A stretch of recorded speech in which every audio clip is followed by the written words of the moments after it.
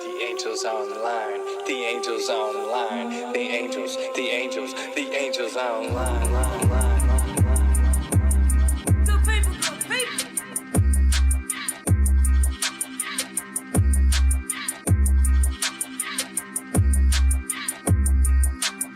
Good people, good people.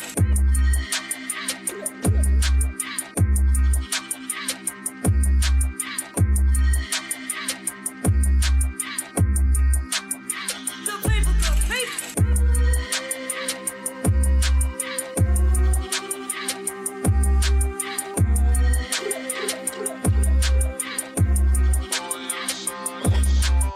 Good people, good people.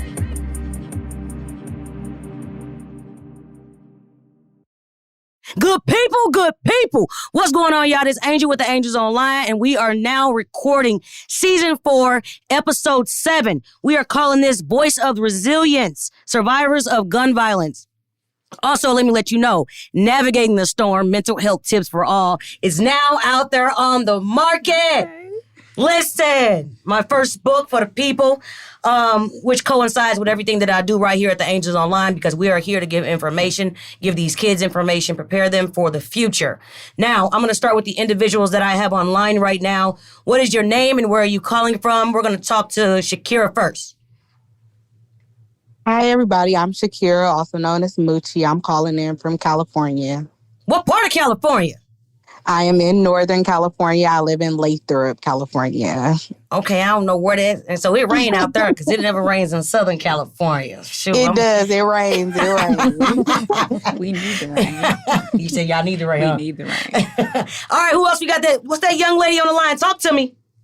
Hi, this is Precious Jones. I'm actually calling on the road, calling in from off the road, but from St. Louis. Wonderful, from St. Louis. Perfect. To my right, talk to me.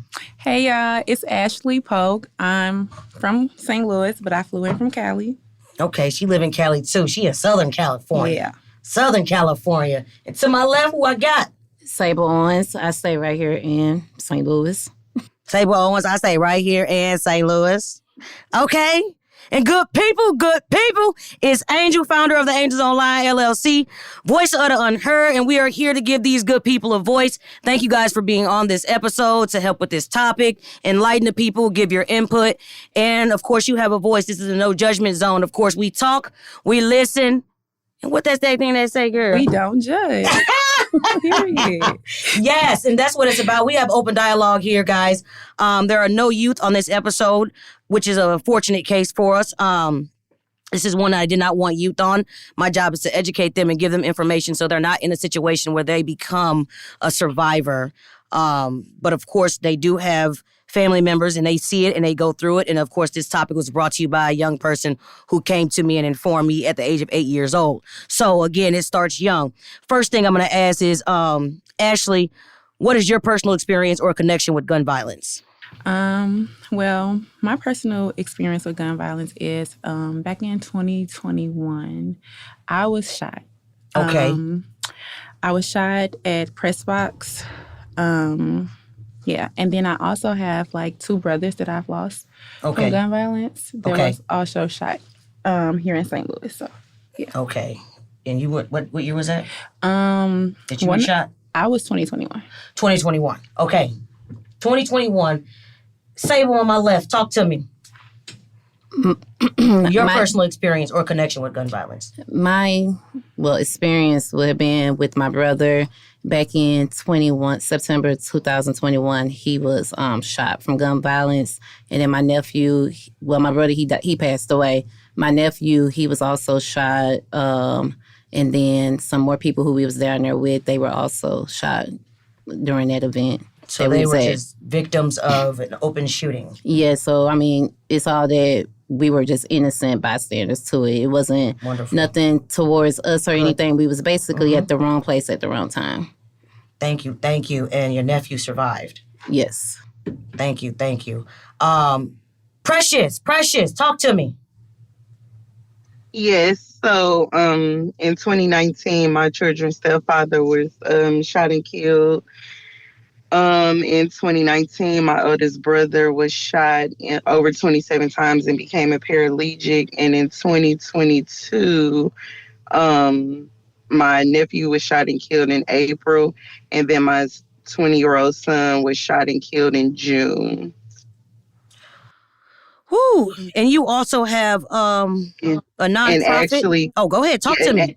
and actually, my son is Ashley' brother. So my son step big brother was also shot and killed. So Mm.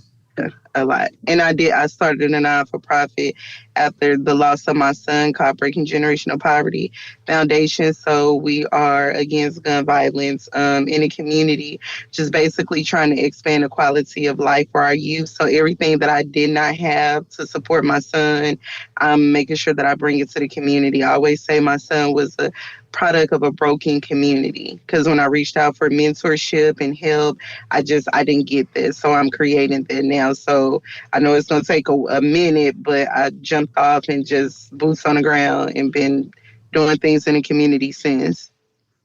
I love it. That's what the Angels Online about. Give these kids what we didn't have. Give the kids an opportunity to be successful, to be the best that they can be out here.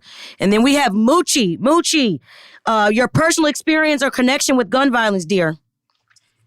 Yes. Okay. So we can start with 2015. So, 2015, I lost my youngest brother at the age of 17 to gun violence. He was actually killed by my other brother, who has mental health issues. So now that I'm a therapist, I changed my profession from a correction officer to a probation officer to a therapist, and just working with the people that I do now, the population that I do, I think is very important to check with mental health and just really get to these kids and talk to these kids, because you never know what they're enduring. So that's really what I strive for right now. We're working with the kids that I work with now. And also the year after that, 2016, I was shot myself. Also an active gun violence, innocent bystander. Although I was with somebody who it was actually meant for, I was the innocent one in the situation. And not only was I was shot 10 times. And to be able to have this voice and still be alive and still be able to tell my story is a blessing. So, Come on. yeah, it is. So, Mm. thank you. Yes. Y'all talking about stuff that I'm gonna be talking about already when I'm asking these questions. So I'm like, let me see where I start. I'm gonna just go and set it off. I'm gonna start with Precious, because you mentioned community and everything. How does gun violence affect communities beyond just the immediate victims? I like to say victims or survivors, because you guys are survivors. How does it affect communities beyond, just listening to what you were saying with your nonprofit? You have an opinion on that? Yes, it's like a ripple effect. It just goes, it affects the families, the communities. Um, when one case occur, you have people that want to, retaliation. And so you just have to try to get in the middle of it and just say enough is enough, because so many people feel like, well, they took my family member, I'm gonna take somebody from them, but it's a never ending cycle. So if it keep going, it'll just keep going. So when I feel like being a positive piece and people seeing, because my son was real popular, so people seeing me pushing for peace, it shows something different, and it gives a different, a different precedence, because this is hard when it's my condolences go out to everybody and anybody who's been a victim. But when you lose your child and at a young age, and they were taken away, and my son was murdered in his sleep, that's hard. So in order for me to keep a level head, I have to promote peace. I have to get in the community. I have to show something bigger, because it's just really hard. So I think, promoting peace and being out in the community and doing, playing your role, that plays a huge part, because if not, it'll just be a never ending war. Like, if people don't do something positive, then I think that it'll just, go all the way left. Does anybody want to go next or piggyback off that? and when it says how does it affect communities beyond just immediate victims, because you just mentioned these victims have families and this goes with another question, so I'm gonna tie it together because the other one's, can you explain the impact of gun violence on children and adolescents? So these victims have friends. They have a community that they've been dealing with for a long time, that they've been involved with. And then when the people know the community knows the individual, they're like, oh my God, now it's like, that can happen to me. That could have happened, Ashley, when she called and told me, I was like, wait a minute, what? Ashley, that's huge. As far as the community goes, her son's an up-and-coming actor. You're doing that, and she's managing her son. All of a sudden, she come to St. Louis for a quick event, and now you gone. And so now everything just gets discombobulated, thrown off. Right. Sable, you lost Cedric, and Cedric was a huge impact on the community. Worked for UPS. The people he delivered to, the corporations he delivered to, everyone was at his funeral arrangements and everything because high school coaches, just everybody was there. And so it has an impact on the community, and especially the closest people that might be to him, even outside of his family, his friends who might need help, therapists and everything, because it's like, man, we were just talking to Cedric. What happened? And so I think it has a huge effect on communities because if you're a part of your community, and even if you're an advocate for your community, that could be me. And, I have a lot of kids that are watching me. I have a lot of kids that are like, wait a minute, where's Miss Ramsey? All these things. So I think it has a huge effect on communities, and it puts a fear in some people in the community because they realize, man, this can happen anywhere because we see a lot of gun violence going on right now. Exactly. As it is. Anybody else want to piggyback or add? Well, no, I would just agree, that is so true because, even going back, I didn't mention my cousin. Her name is Jasmine. Mm-hmm. She was killed when we were in high school, so we were seniors. She attended Vashon. Mm-hmm. So she didn't even make it to graduation. But just going, as a high school, as a teenager, and that happening to her, myself, I was scared to go back in these same communities because the community that this happened in, I would ride past this community every day. So it was literally times where we would be driving because she was in a car when she was killed. Mm-hmm. And we would be driving and I literally would going past that street, I would literally duck down because I was just so afraid, you know what I'm saying? And then going back to the schools, you have all these other kids that are affected, and we not even getting the proper, care or healing counseling, or counseling and all of those things, So, yeah. Especially back then, mm-hmm. I lost someone right in front of my face in a fire in the car, in high school, Sable knows about it. But we were actually right there and watched her, pass away. And it's all we had was our, school counselor. Mm-hmm. There was no therapy, no nothing. I cried. I wasn't able to talk about it for 4 years. Because you just get reminded, that, and I was homecoming queen that night, mm-hmm. I don't care. I don't remember, what I'm saying? I remember Alex now, in a positive light because, we were celebrating with me, you know what I mean? But back then, I threw the crown in the trash. I think I lost it, whatever. It didn't even, it was just, it is what it is. This happened. And, there was no I didn't know nothing about no therapy, no therapist, none of that. Exactly. And the counsel that we had is still a part of our life to this day. That's something that's huge and impactful. So were you going to add to the community? Yeah. Yes, I am. With the kids and with mm-hmm. the gun violence and everything, yes. It does affect them a lot because, even now, I'm still not comfortable saying, my brother got shot or my brother got killed and everything. I just be when the situation happened, I just never fully come out to say it like that. And then, with my daughter, she was down there when everything happened. So it's if we are with the crowd, she grabs my hand and stuff like that. Or she be like, Mom, I just don't want to go down there. I'm like, why you don't want to go? Because I just don't know what's going to happen. Or she'll just still always talk about, Mama, why did this have to happen to Cedric? Why Cedric got to be the one to get killed? Because I really do miss my uncle. I want him to come back.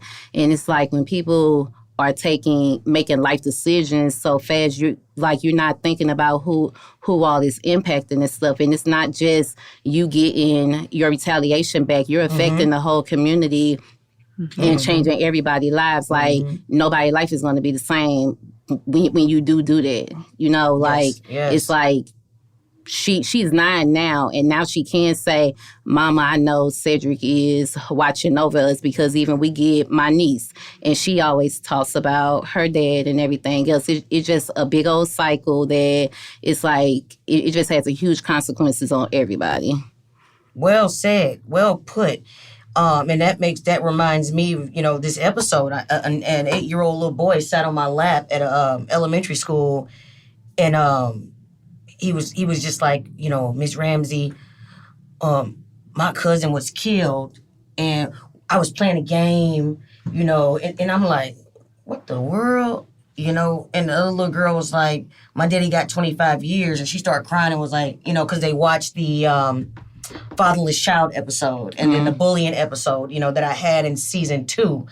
And you look at it and it's just like, people don't realize, even the ones that are out here committing the gun violence, who just don't care. She mentioned retaliation, who just out here toting guns, they think it's cool, they think it's cute, and not realizing. But then when that happens to them, it's like their family, they lack accountability.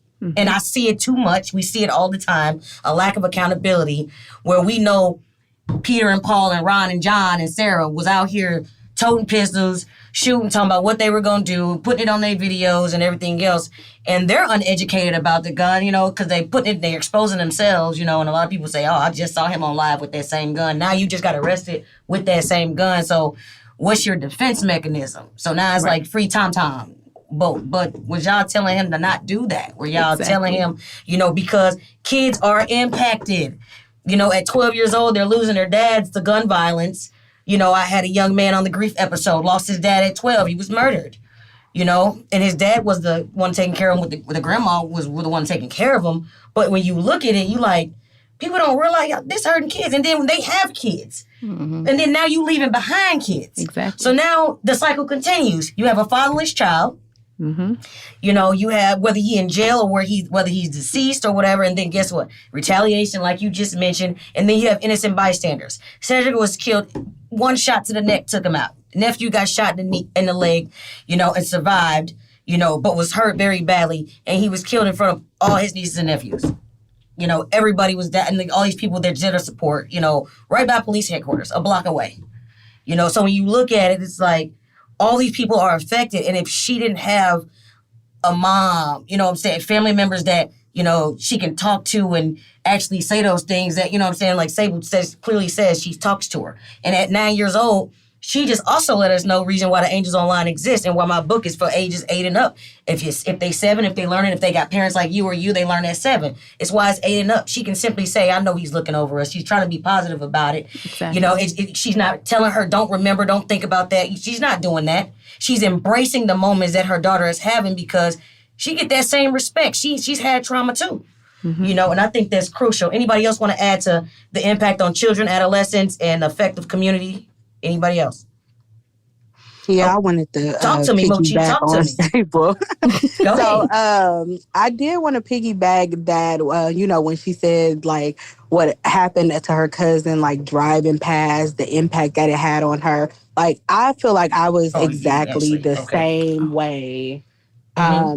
Just being shot and not even want to go back to where it happened, be around those same people. It changes your outlook on literally everything. Yep. I used to be that person that, wanted to hang out all the time, wanted to, hang with my friends, wanted to have a good time. But, after that happened, it was like a shift in me.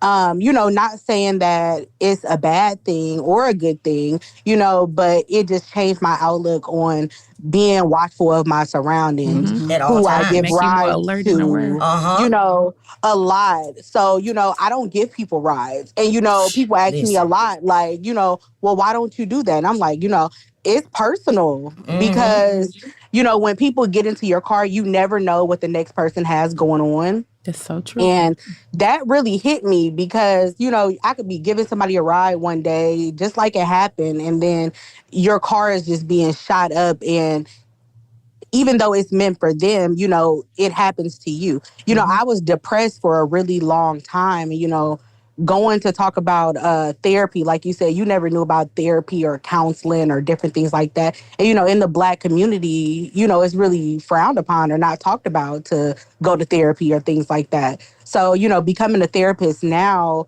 it really made me look like we really need therapy in our community. Like, we really need to sit and talk because not a lot of us, even kids, have that outlet to talk to. Yep. And that's why I love what I do. Like, I work with kids now between the ages of babies all the way up to 18, and I love it. Like, I never thought that I would be the one to work with kids. Like, if you know me, then you know. Like, kids just, like, I never thought I'd be working with kids.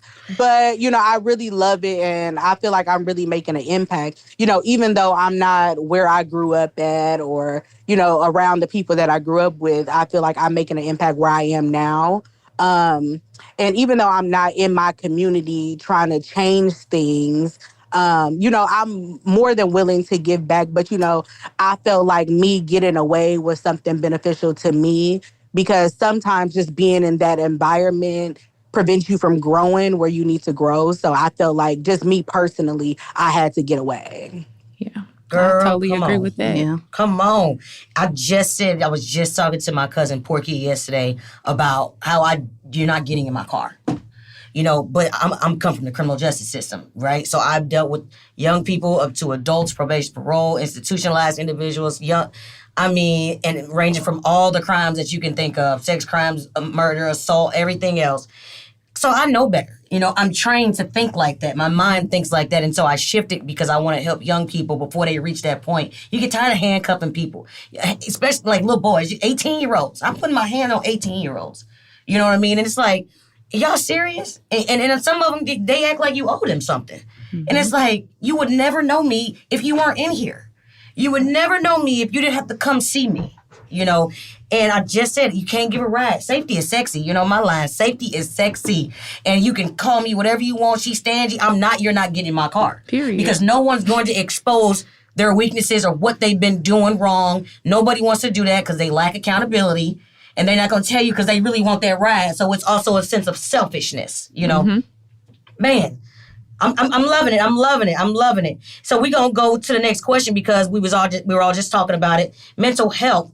Moochie just told us how it affected her mental health. Can you elaborate a little bit, Moochie, how it affected your mental health, and then we'll go to Precious. Yeah, so after my brother passed away in 2015, I feel like it hit me a lot being the oldest of 5.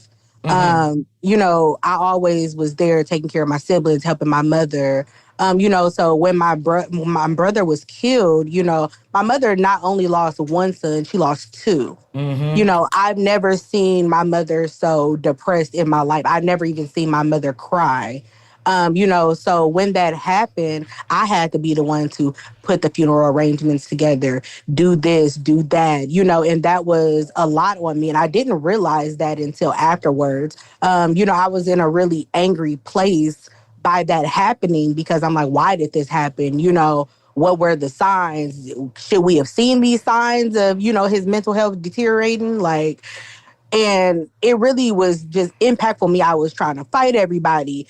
People had so many things to say about my mother, like, oh my God, like, how could she, raise these kids like this or, different things like this. But, people are always on the outside looking in. And, it's like, no matter how great you raised your kids, come on, or say it, they're going to do what they want to do regardless, and my mother raised us great, but like I said, no matter how you raise anybody, they're going to do what they want to do regardless because everybody has their own mind to do it.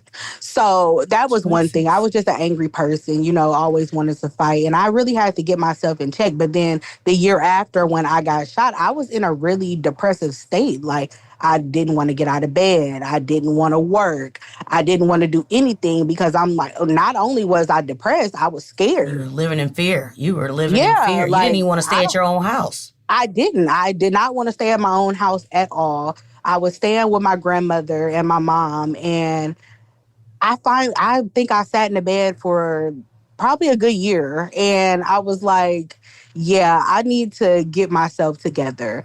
And although I didn't seek therapy or anything like that, I went to the gym. I, read books. I Alternative went, methods. yeah, exactly. And different things. I even started talking to my friends again more because when I was going through that depression, I did not even talk to my friends as much as I did before I got shot. So, just having those people in your corner, that support system, like I never knew how much support I had until I got shot. And I was like, oh my God, all these people really love me. They support me. They hear from me. Angel, you was even one of them. You was there in the hospital every day. Like, I was like, this girl needs to go home. Like, she's always here. And So, listen, baby, look here. Moji, yeah. what? I was scared. Like, no, it 10 was a times lot. is a lot of time. That is.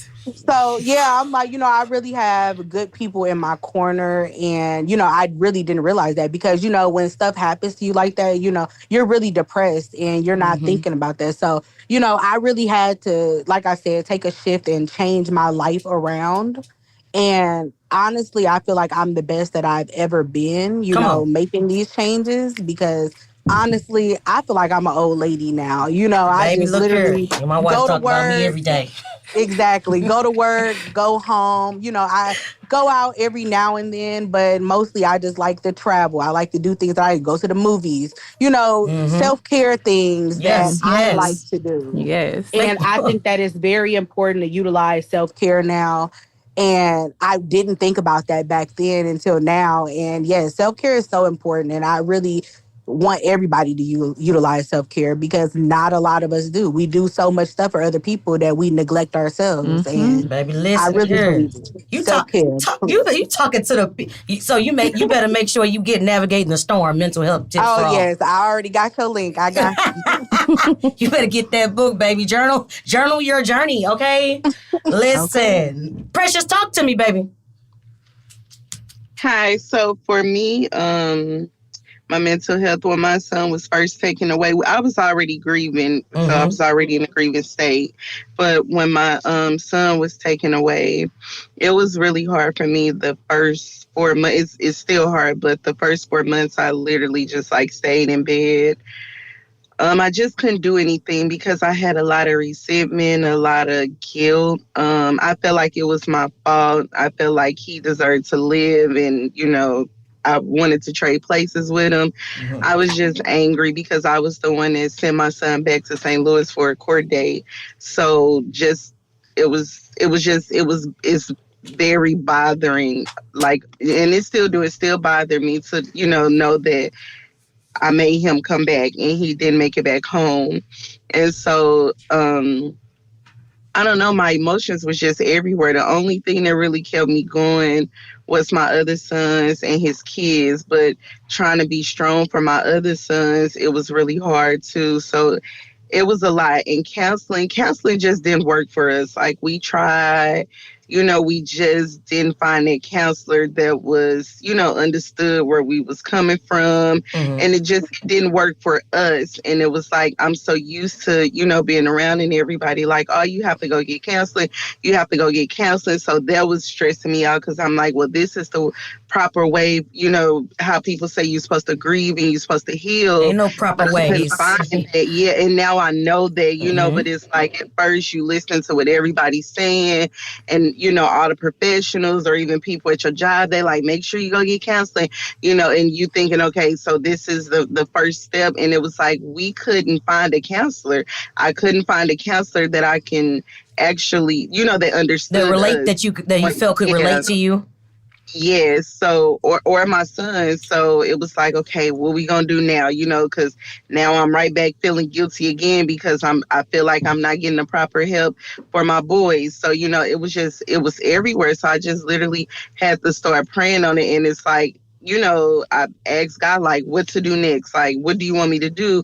And that's when, he told me clearly, do the foundation. But my boys, we all still struggle, but my boys are, finding their way. And it's like, instead of talking at them and telling them what they need to do, I'm just really supportive of them and, like how they choose to handle it, but I'm right there with them, but I try not to force them. Because at first I was like, yeah, I gotta go to counseling, like that's the only way. And they was like, Mama, you don't understand, like we don't want to do counseling, like we don't want to sit up and tell a person all of our business. They can't even relate to us, and it's like, no, that's the right way, that's what we got to do. So now it's like I'm trying to be a more supportive mom, like however, whatever you feel like is going to help you, I just want to be there to support it, because this new for all of us. We've never, I never lost a child, so this is new for all of us. And it's like, I don't want to, I don't know. It's just all over the place for us, for as mental, like the mental health part. And even with doing so much community work, at the end of the day, I still get in my car and cry leaving. I still go home some nights and cannot sleep. Like sleep for us, none of us really have had a good night's sleep since my son, because he was, taken away in his sleep. So sleep for us is scary, especially like,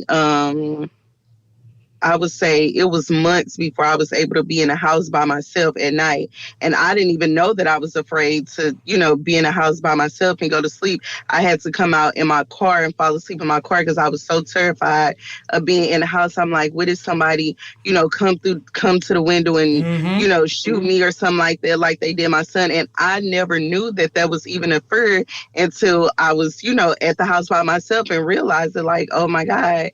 And so it's just, it's a lot. So the mental health piece is still kicking our butt every day, but we like literally just trying to hold on by prayers. That's a traumatic experience, and you just said something that Ashley mentioned earlier. Your son said, we don't want to tell everybody our business. And, but you said you guys are new to this, so they don't know about it. They don't really understand it. And that's a thought process for a lot of people in our community. We don't want to tell people our business. Well, these people are trained to know and understand it. And the first 2-3 therapists might not be the ones for you. You know what I mean? Remember, they human. These are humans. You know what I mean? There might be somebody, they might need a black female. They might need a black male. You know what I mean? They might need somebody in their community that they feel like they can relate to more because they're new to this and they feel like the next person won't understand. Because there's a lot of education and knowledge behind, therapy, a lot of information, psychological information that they don't know about and never even looked at and never expected until this happened. And so many times in the community, even my mom to this day, she swears she don't need therapy. And, with my experience and my profession and, I'm like, Lord, you need help. Oh, my goodness. Okay, no problem. But it's certain conversations we can't have because I'm speaking on a different level. Just understanding perspective, viewing things in a different light, not thinking everybody's after you, just looking at things in multiple ways that maybe that's not what they think. Maybe that's not what they're saying. Did you ever think that it was going to be, nah, I'm just sticking with this? Okay, well, then you leave out options of way things can be better and how it can be better. You know what I mean? So, I mean... And then when you had, sorry to cut you off, but when you had so many losses, it's hard to trust people. Like, you don't know who you can trust. You don't know who can to who. You don't know who... Like, my sons, they share, my location. They like, Mama, where you pulling up to? Like, you just can't be pulling up to anywhere. And, you have to be careful. And a lot of times I feel like that too. But it's like, I'm tired of living like that. But I know I need to, make sure that I pay attention. And so...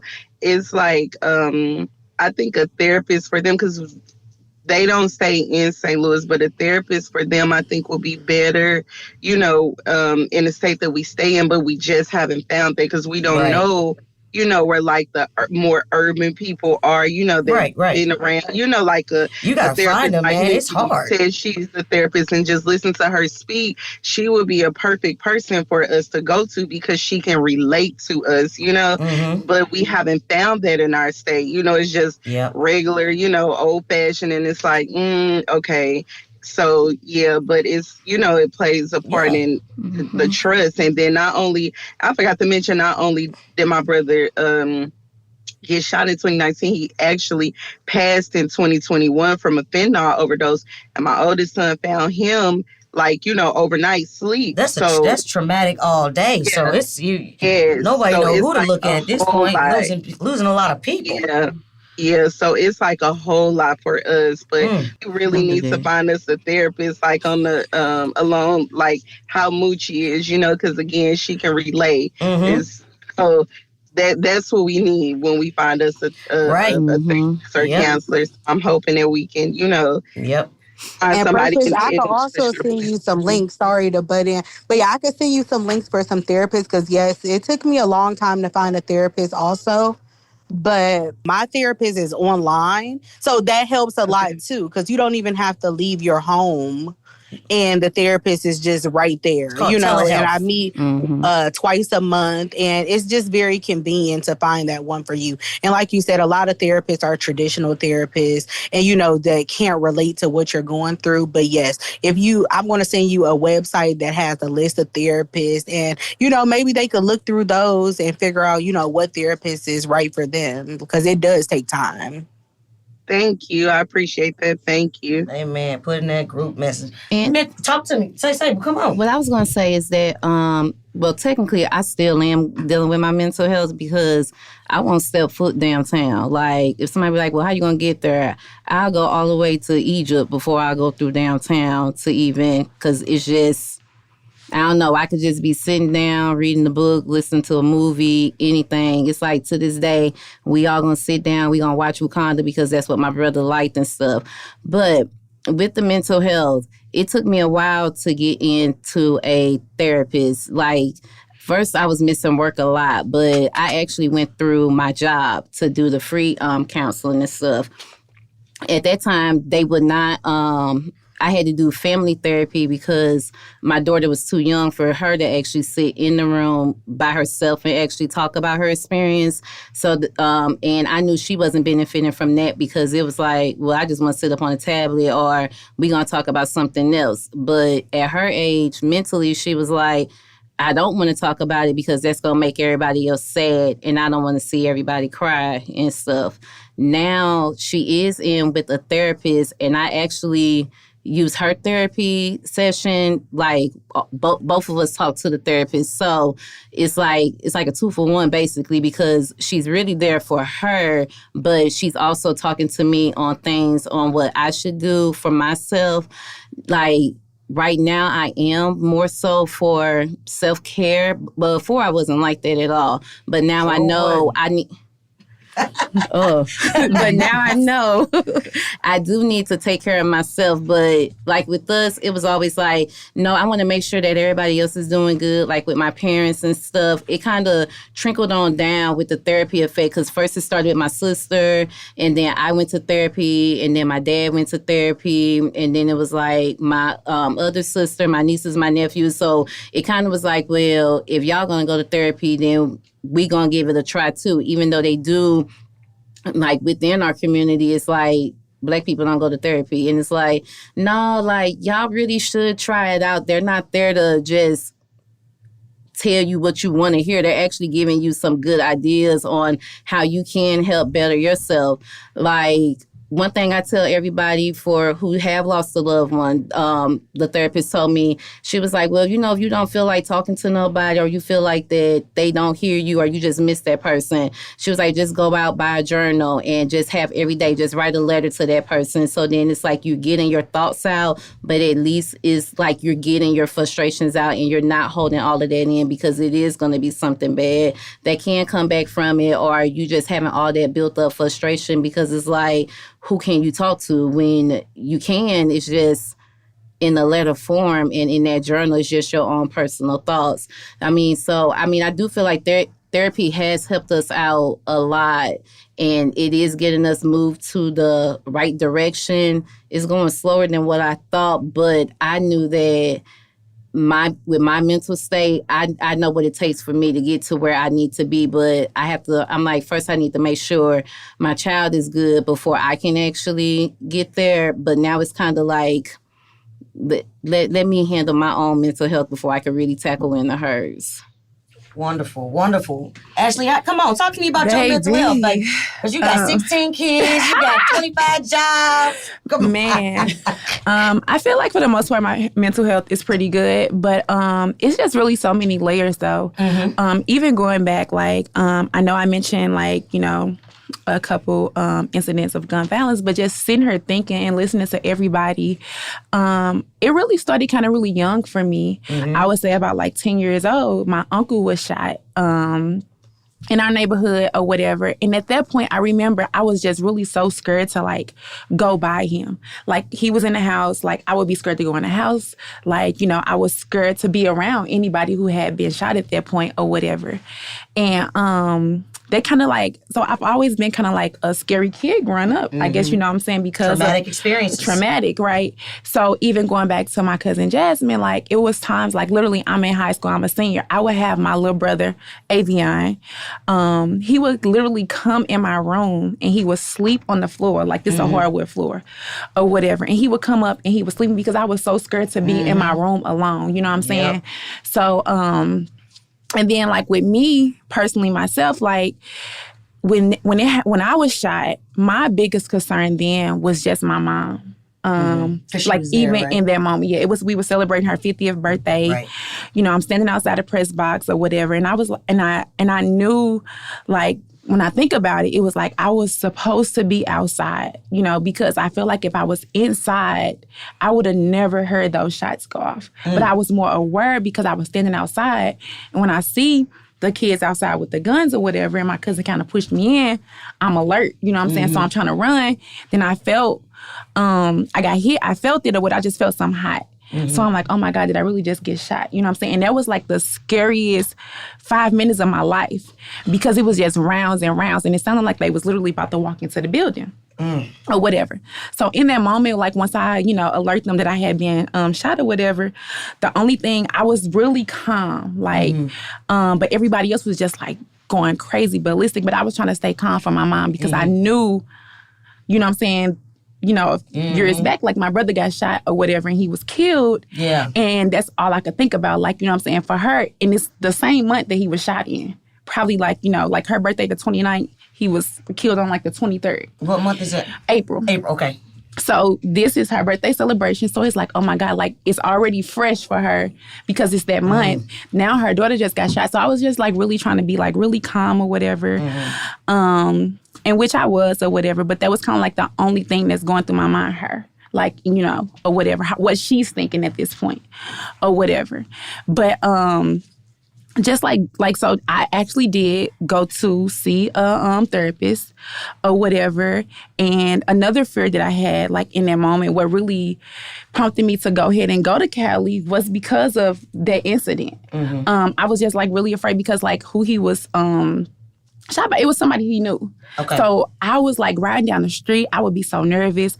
I would always be scared of like, what if I pull up, you know, to this person at this light? You know what I'm saying? Like what would that be like? That was something that kind of repeatedly played in my head. So I did go talk to a therapist and he kind of like, you know, well, if this is how you feeling, then you might do, you know, better. Need to change the scenery. And maybe you should go ahead and go or whatever. So that really prompted me to go or whatever to California, which, yeah.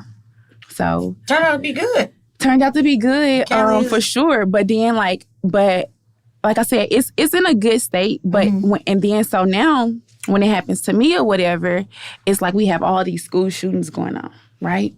And you get nervous. So it's just like, oh my God, like crazy. So now I'm like everywhere whenever I go into any type of building or establishment, my first thought is if somebody come in here shooting, how I'm gonna get out of here? What's the exit? Every school, every place I walk into, I'm like, and that's plans. Like, and that should not be, you know what I'm saying, so common in a thing. Like, you know what I'm saying?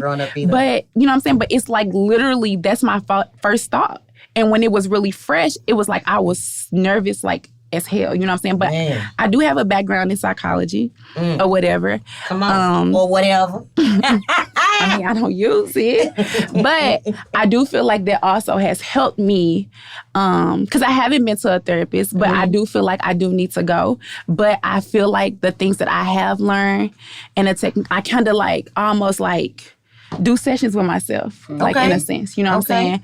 And then like the self-care piece, like I feel like after that happened to me and then it just made me realize how important it was, because before that I never, like, you know, it's just always about my kids, like, you know what I'm saying, or whatever. But now, and even going to Cape Town, that really helped me tap into that a little more. And I understood how important it was, because when I was shot, it wasn't like, God, why me? It was like, what are you trying to tell me? Right. What are you trying to tell me? Like, what do you want me to do? Like, what should I be doing? What is my purpose? It really kind of put like some, like, you know what I'm saying, stop procrastinating. You don't got all the time you think you got or whatever. So, but yeah, like, very traumatizing. Like, yeah. Woo! So how can we encourage responsible gun ownership and promote safe practices among gun owners?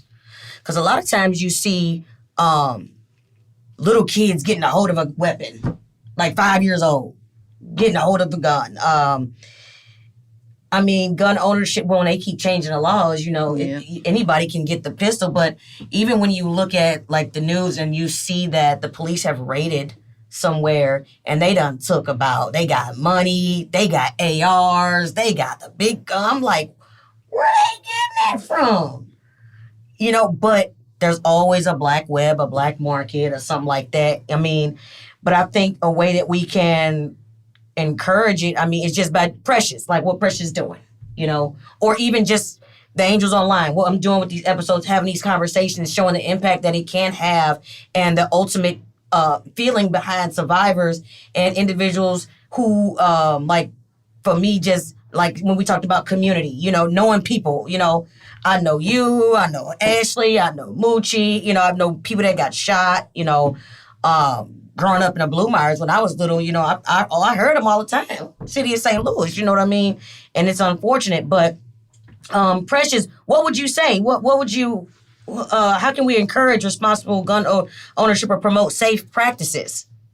I think for responsible gun ownership, it's good to talk to your legislators. If you have relationships with your legislators, talk to them, not just talking to them in, you know, the areas, but actually going up there to testify against bills. I'm at the Capitol, the capital of Missouri all the time. When I study the bills that's coming out, I even have written bills, you know, to be put on the floors. I build relationships with a lot of the legislators. They calling me and letting me know. I'm rallying up parents and people from the community, like, let's go to Jeff City so we can testify. Let's go to Jeff City so they can hear our voice, because you be surprised when you walk in how many of those legislators don't know what's really going on, because some of them in rural areas, they don't understand. And then if nobody's coming to fight against these bills or stand behind these bills, they just pass them with flying colors, because they looking at our community like, don't nobody care from their community, won't know nothing, you know. So you got to educate them as well, because not everybody is from our side. Secondly, I do think that even when bills get passed, it's on the community and like the parents to make sure they're enforcing their part and doing their parts, because no matter what bill is out, if you don't have your kids together, it's still going to be the same thing. No matter what mayor is in office, what governor is in office, what politician is in office, or what bill is passed, if we have a whole community full of, you know, parents and guardians that's not doing what they need to do for their kids or not reaching out to get the help. Like, if you know that your child's holding guns, every parent not a bad parent. We dealing with social media. We dealing with a whole lot.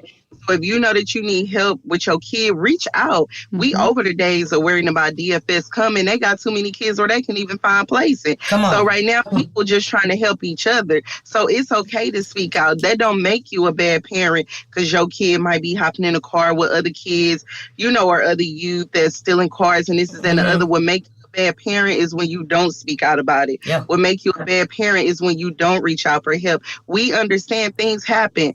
A lot of parents is at work 10 and 12 hours trying to make a living. So sometimes our kids do be at home by themselves, you know, of course, at the appropriate age, but they can get a hold to a lot of things that we wouldn't approve of, and they sneak and do it behind our back. So just like I think it was Moochie that said earlier, you can raise your kid how you want, but your kid still will go out and do things that you disapprove of. And that's okay to know that's a thing and that happens. Just go get the help that's needed, and then start exposing our kids because they can't be what they can't see. So like for my foundation, I always try to bring in people that's successful, and it's doing something. Like, can you come talk to these kids? Because I want them to see it ain't just about basketball, football, rapping, modeling. It's a host of other things. Like, I am, when I say that I am really heavy on pushing youth to get into politics, y'all say these y'all hoods, let it be your hood for real, because get into politics and run. Every family need a lawyer, a politician, a doctor, and so forth in a family. Like, get some real power.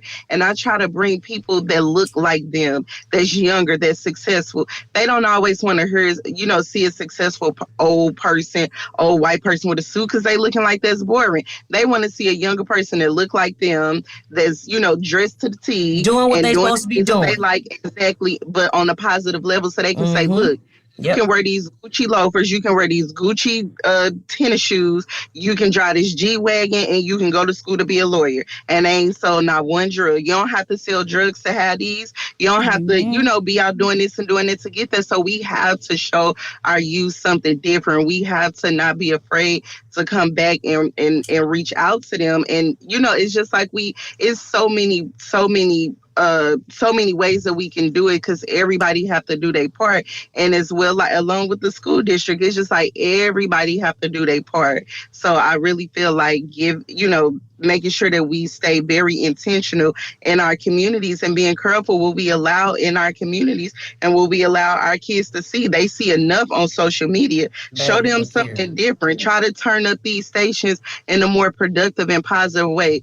Making, more positivity go viral, showing them people, Black young people successful, or people, Black and brown people, successful. Show them something different. Like, I go get YSU students a lot, and I'll have them come to panels, and I'll have some college students on the panel. Then I'll have some youth that carry guns that's bad as hell from, all over on the panel. But I try to get them together so that they can meet new people, get in new circles, be placed. Because a lot of these kids be so smart, and all they need is just the support. All they need is just a push. Give them a chance. For somebody to say, I believe in you. You can do this. And you be surprised at what you create. That's and it can happen. It just takes time. 100%. You just preach it to the choir, girl. Anybody else want to add to that? Anybody want to add to that? I mean, she said a lot. You know what I'm saying? She gave a word. And she said, they can't be what they can't see. That was a word. Listen, and I was going to ask, how do media portrayals of gun violence impact public perception, the media? But she said social media is huge. To these kids, sometimes it's cool to do this and do that or whatever. It's cool to tote this pistol or have this on them because this is what they seeing, and they're not realizing. And to go back again, to piggyback off what you said, you got to have people, and that's one thing that I really agree with. One of the things that we can do is having our communities have an open dialogue like this. You know what I'm saying? If you want to talk about the club and doing all these other things, you're traveling and everything else, but sit down and have a serious question as well. Sit down and work on activities with your kids, about self-care. You know what I'm saying? Go take those walks, that nature walk, and find 5 things that you ain't think you would see or whatever, and let's talk about it. Having those conversations and opening kids' eyes to more perspective, to more things, some more options that are out here. A lot of times, these young people don't think that they have many options because they're not seeing too many things. So that goes back again, what you said, get in front of these kids. That's why I love going to speak to these kids, because like she said, sometimes they don't want to see older people and they might think it's boring. So like when I did my life skills, your son came to the life skills session. I had him in there, and he's an actor. He's young in high school, and they're like, "How do you do your acting? And you still go to school?" He's like, "Yeah, I go to school. Yeah, they were I get excited. my homework." Yeah, kids were excited. They're like, "Oh my God, That's an actor. Okay, he on this movie and this movie. And shout out to him because his movie come out in April. Yes. But Viola Davis and Anthony Anderson. Come on, baby. All right, Chris Ferraro, we see you, baby. Junior. You know what I'm saying? So when you see kids and you bring people in that look like them, a kid that look like them, he's from St. Louis, and he's an actor, he still go to school, and he plays sports. Yep. You got to get that in front of them. Then I have entrepreneur out there. Then you got a detective out there. And then you got a DEI director, you know what I'm saying? All these African Americans, you know what I'm saying? Then you have the executive vice president of NECA, white man in there, same age as me. You know, and he in there talking to the kids, having a good time, letting them know we got apprenticeship for y'all. You know, let them know that this is out here. They like, what's an apprenticeship? And he broke it down and explained what an apprenticeship is. It's jobs and it's stuff they're looking for these kids. But people have to expose them to these things. When there's career fairs or an expo, you know, I'm getting ready to go to expo at a middle school, you know, just to show kids, okay, yeah, this is what I do. That they want excellence in the community, black to represent or whatever. So I'm going to go do that. But those are the type of things that these kids need to see. Yeah. You know, I don't mind giving my time for 3 hours. 3 hours, that 3 hours could save that kid's life and make a huge impact. And see, I'm big on those things. So that's crucial. Anybody want to add to that? Moochie, you all right? Yeah, I'm good. Moochie dialed in. She is down. She just listening. I'm good, but I did want to add something. Okay, Talk to me, girl. Okay, so yeah, just with promoting gun violence, it's crazy because I was literally just having a class, you know, talking about the safety of guns and, you know, how to secure them because, you know, suicide is at a all-time rate, you know, and it's due to guns, you know. So just having that education on the firearms, you know, storing them unloaded, you know, in a lockbox. You know, most people don't know that, especially, you know, from our community, you know, the Black community, we know just, you know, put the gun on the side of the bed or, you know, things like that. But it's like, it's more to it. You know, you actually need to lock these guns up. You know, I know it's not ideal to, if somebody's coming in your house, you know, to hop up, go to a lockbox and do all that. But, you know, when you have kids in the home and like you said, then what the media portrays with guns, you know, that it's okay to have these guns, it's okay to tote these guns around. You know, you never know what the media is putting inside our children's heads. So, you know, just making sure that your gun is locked up and even teaching your children that, you know, guns are not toys and, you know, shouldn't be touched without adult supervision because, you know, the younger I'm seeing over the news, you know, it's younger kids, you know, having access to these guns. 13. And like you said, yeah, you know, really young people with guns and, you know, they're hurting each other. And sometimes even by accident, you know, that is happening, but they still have access to these guns. So, you know, just using age-appropriate language to explain it and, you know, just letting them know and supervising, you know, and we can't always supervise them, like she said, you know, because parents go to work all day. Sometimes it's single-parent households that can't be with their children all day. So, you know, friends are a big influence. You know, I talk to my sister all the time about, you know, friends, you know, you have to be mindful of who you're hanging around. You know, I've lost a lot of friends, not even to death or anything like that, but it's like with me, I feel like if you're not growing and you're not doing the things you need to do around me to grow, then you don't need to be around me. Yep. You know, because you can't take everybody with you down the journey that you're going down. And I had to literally learn that. And it's really hard. So, you know, and exactly getting into these schools and the community and supporting school programs that teach gun safety and violence prevention because, you know, they're going into the schools, they're shooting, you know, and oftentimes it's, you know, it's due to bullying, you know, things like that. So I think just really, like you said, looking into the gun laws and, you know, encouraging safe storage, advocating for gun safety policies in the community. I feel like it prevents accidents and prevents unauthorized access to these guns and making sure that our kids know the education behind it. That's right. And to piggyback off of that, like I have my concealed to carry, but the class I went to, they do different like different type of classes. Like some of them is even for women, and then they do have one that's for kids. They make sure that the kids are age appropriate, but they do them so that the kids can know the safety of guns, but also know like there are certain, I guess I could just say certain times on when you can, like if you have to use it, like it should be just for protection, like if somebody's breaking in or stuff like that. But they do break it down for them and teach them to them in a language to where that they are going to learn everything that they need to know about them guns. And they also will give you a free lockbox or just a little lock so that you can lock up your gun and everything.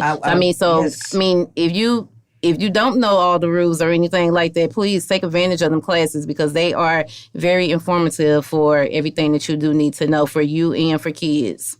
I met someone at a school, actually. I think it was at U City High School. They had like a career day or whatever. But he's one that teaches kids. I mean, because if they're going to use them, teach them how to use them properly. You know what I mean? We have company. Get those children. Bring them on in here. I need to learn. I'm terrified of guns. Oh, yeah, it's crucial. We have company. Come on in here, Liz. Come on in here. The one I went to, they did it online because I had got mine through... Stand right over there, baby. I had got mine through COVID. So I was able to do it online. Stand right there. All right. So, last question. What message do you hope listeners take away from your experience? Moochie, what message... Scoot down this way a little bit for me, Alexis. Thank you. What message do you hope listeners take away from your experience? Wow. Okay. The message that I hope reaches all of the people listening is, first, take care of your mental health. I really, really stress it because, like I said, once upon a time, I was very depressed, suffering from gun violence and, all the trauma that I've endured, with my brother passing away to gun violence. And I think it's very important to the support system that you have, utilize it and utilize self-care and all the things that you love to do. And it doesn't necessarily mean, having to go out. You could be sitting at home watching a movie or, going to the movies, sleeping, that's my favorite thing to do. So, just different things and just making sure that even though it is hard to find a therapist, there are therapists out there because sometimes you may not want to talk to the people that you know. It's good to get a different perspective from somebody who doesn't know you. So that's another thing that I've learned. And I just really want to say that, I love everyone that's on here and I appreciate, hearing your stories and giving tips to each other and that I'm here for everybody if you want to talk, anything else. And just anybody that's out there listening to really know that we are here to support you for anything. And we hope that you take what we're saying to heart and really listen. Boom. Precious, talk. Tell me what you got. I really wanted to encourage everybody to get involved with ending gun violence and get involved with helping our youth and our community because don't think that it cannot happen to you because gun violence is not prejudice. It doesn't have a certain zip code. It doesn't have a certain look. Gun violence can happen to anyone, so don't let it hit your home before you get involved. Wonderful, wonderful. That's right. Mental health does not discriminate either. Let's go. What's up? What you got for the people? What you want to leave them with? So, okay. Don't read. Talk to her. She was prepared. Come on. Okay, so the key message I hope listeners take away from this discussion is that it's not just a statistic. It's a real devastating issue that affects families, communities, and futures. Gun violence isn't just about laws or politics. It's about people. Every victim has a story. Every loss leaves an empty space, and every act of violence ripples through generations. I hope people walk away with a sense of urgency and responsibility to advocate for change, to promote education and conflict resolution, and to support those impacted. Whether through policy reform, mental health support, or community engagement, everyone has a role to play in reducing gun violence. The goal is not just to talk about the problem, but to actively work toward a solution that prioritize safety, justice, and healing. Come on, she was ready. I love it. Sable, come on. What you want to give it? What you want to throw in there? Say what's up. Oh, y'all pretty much said it. They said it, girl. That's what I thought. But what I can say is that before you leaving out, like, this is for people that's using guns and the victims and survivors, like, just know that there are consequences to everything that you're doing. You're not only hurting one person, whoever you was trying to target or anything, you're actually hurting their family, their kids, the community, anybody who could have been interacting with them or anything.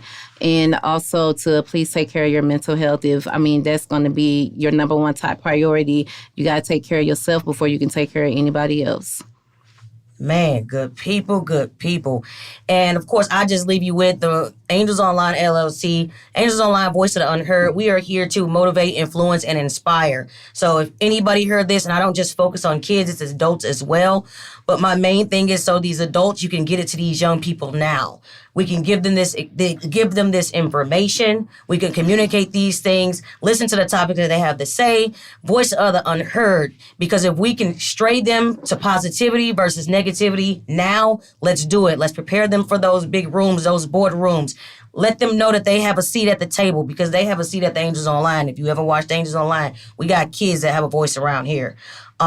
Anybody that's been on this episode, you guys can reach out if you're listening when this episode drops. info@theangelsonline.org if you're looking for someone specific. Moochie, Precious, Ashley, Sable, and of course me. I'm Rhonda Angel Ramsey. Just let us know. We are here. Navigating the Storm, Mental Health Tips for All is out right now. Make sure you cop a copy. Journal your journey, self-care information and their tips, testimonies from individuals, activities you can do with your friends, men, women. Mental health does not discriminate. The book is for everybody, okay?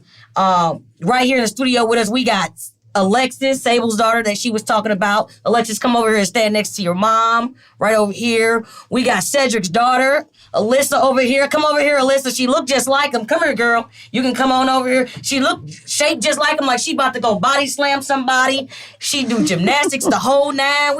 Everybody, both of these ladies do gymnastics. And of course, they're survivors as well, because they lost someone close to them. So they going to get to say good people with the rest of us before we end this episode. And we going to call this episode again, Voices of Resilience, Survivors of Gun Violence. We going to start with Moochie. Moochie, give me a good people, good people. Good people, good people. Precious, give me a good people, good people. Good people, good people. There it is. Ashley, talk to me. Good people, good people. If you see something, say something. Come on. Alyssa, give me a good people, good people. Good people, good people. Oh, look at her. Sable, give me a good people, good people. Good people, good people. Alexis, give me a good people, good people. Good people, good people. You know what to say. Yes. Ladies and gentlemen, this is Season 4, Episode 7, Gun Violence from the Angels Online. And you know what I'm going to leave you with, baby? Good people, good people. You got to get a people what they want. Woo!